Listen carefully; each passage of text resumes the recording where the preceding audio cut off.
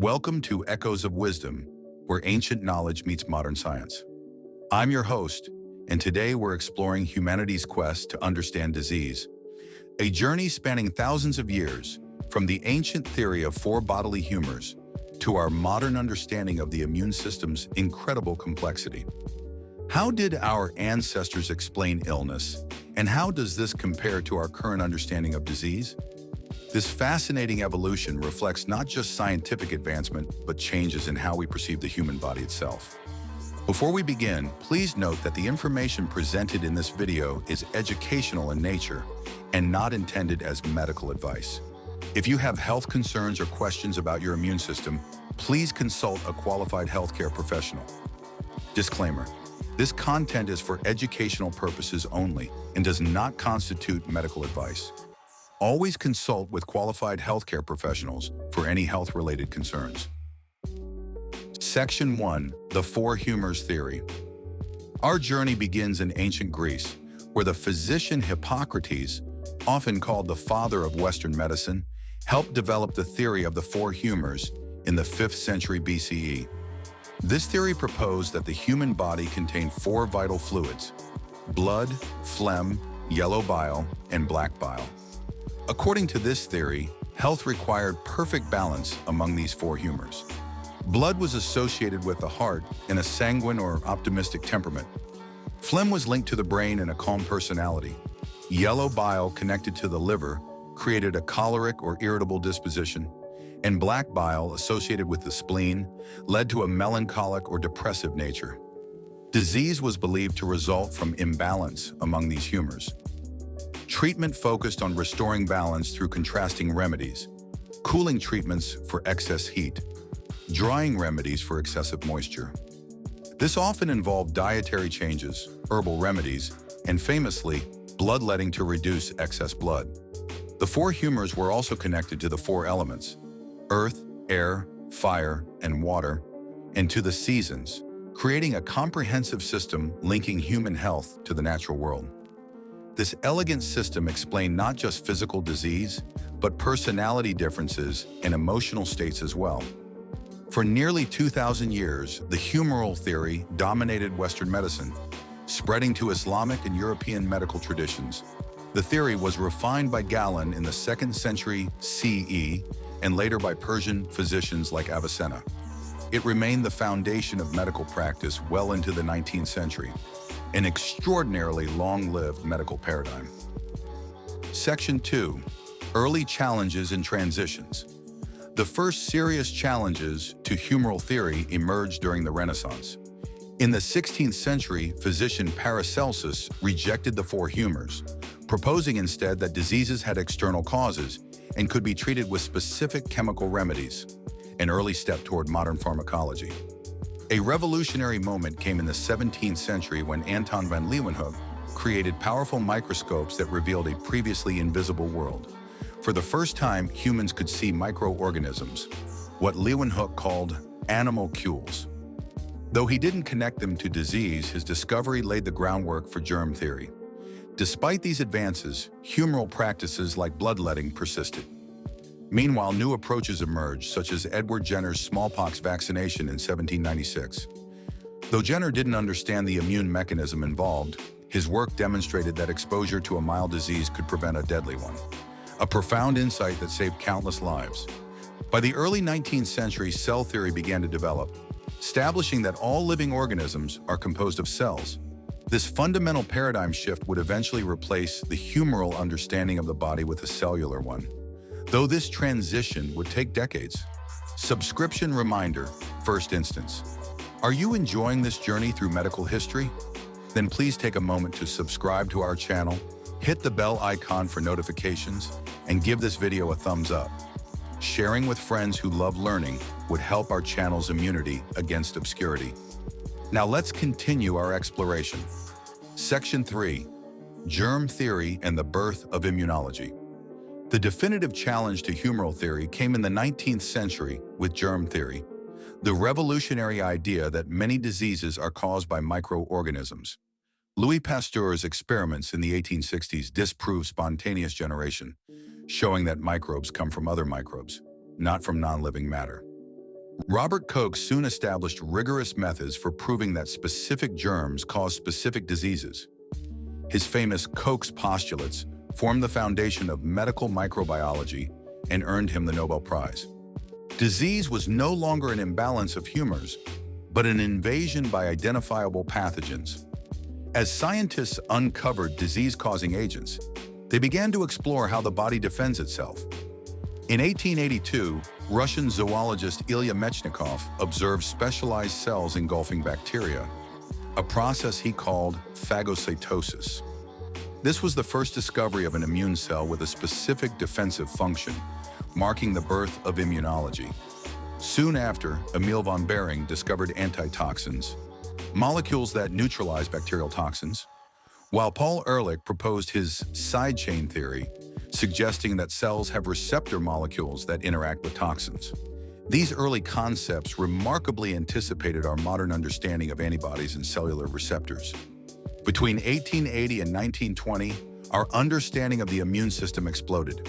Scientists discovered antibodies, complement proteins, and cellular immunity. The concept of active and passive immunity emerged. And critically, the understanding that the immune system could sometimes attack the body itself led to the recognition of autoimmune diseases. Section 4. Modern immunology and cellular understanding. Today, we understand the immune system as an incredibly sophisticated network of specialized cells, tissues, and organs working together to defend the body. Far from the simple balance of four humors, we now recognize numerous cell types, each with specific roles. We now divide immunity into two complementary systems. Innate immunity provides immediate, general defense through physical barriers like skin, antimicrobial proteins, and cells that quickly attack invaders. Adaptive immunity develops more slowly, but creates targeted responses to specific pathogens and remembers them for future encounters. Our understanding now includes neutrophils that rush to infection sites, macrophages that engulf pathogens, dendritic cells that present antigens to other immune cells, and lymphocytes, B cells that produce antibodies, and T cells that coordinate immune responses or directly kill infected cells. We've uncovered how B cells can produce billions of different antibodies through genetic recombination, a remarkable ability that allows our immune system to recognize virtually any pathogen. This genetic complexity was unimaginable to proponents of the Four Humours theory. Technologies like flow cytometry, genetic sequencing, and molecular imaging have revealed the immune system's workings in extraordinary detail. We can now observe cellular interactions in real time, track immune responses at the molecular level, and even engineer immune cells for therapeutic purposes. Section 5. Connecting ancient and modern perspectives. While we've moved beyond the Four Humours, some conceptual parallels remain. The ancient desire to restore balance reflects our modern understanding of homeostasis, the body's tendency to maintain internal stability. The immune system itself functions through carefully balanced stimulation and suppression. Many traditional remedies used in humoral medicine have been found to contain compounds that affect the immune system. Plants like echinacea, used historically to purify the blood, do contain immunomodulating compounds. The intuitive observations of ancient healers sometimes aligned with biological realities, despite their different conceptual framework. The humoral theory linked personality and emotions to physical health, a connection that seemed lost during the rise of germ theory, but has reemerged in psychoneuroimmunology, the study of how psychological factors affect immune function. We now have evidence that stress, emotions, and mental states genuinely influence immunity. Modern medicine increasingly recognizes that while pathogens may trigger disease, individual susceptibility varies greatly. Factors like stress, sleep, nutrition, and genetic predisposition all influence immune function, a more nuanced view that in some ways echoes the holistic perspective of humoral theory. These connections between traditional and modern understandings relate to several upcoming episodes, including blood, leading to blood types, the remarkable journey of hematology, and fasting through time, ancient purification versus modern metabolic science. Section 6. Frontiers of immune research. Current research continues to transform our understanding. We now recognize the critical importance of the microbiome, the trillions of beneficial microorganisms living in and on our bodies. Rather than simply fighting germs, our immune system carefully manages microbial communities essential to our health. Harnessing the immune system to fight disease has led to revolutionary treatments like cancer immunotherapy, which helps the immune system recognize and attack cancer cells. This approach has transformed outcomes for some previously untreatable cancers and earned the 2018 Nobel Prize in Medicine.